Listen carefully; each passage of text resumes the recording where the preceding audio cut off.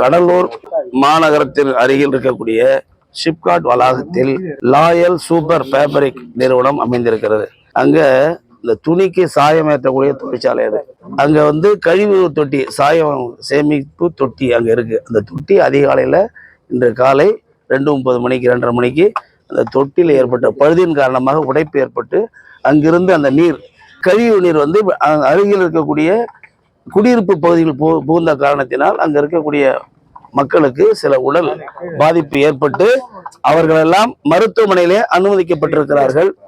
அவர்களை நான் நேராக நம்முடைய மாவட்ட ஆட்சித்தலைவர், காவல்துறை கண்காணிப்பாளர், நானும் நேரில் சென்று இந்த பாதிக்கப்பட்ட மக்களுக்கு அவர்களை நேரடியாக சந்தித்து அவர்களை பார்த்து அவர்களுக்கு ஆறுதல் சொன்னதோடு மட்டுமல்லாமல் இங்க இருக்கக்கூடிய மருத்துவர்களுக்கு ஆலோசனை வழங்கி அவர்களுக்கு தேவையான மருத்துவ உதவிகளை விரைவாக செய்து எந்தவித பாதிப்பும் இல்லாமல் பார்த்து கொள்ள வேண்டும் என்று அறிவுரை வழங்கியிருக்கிறேன்.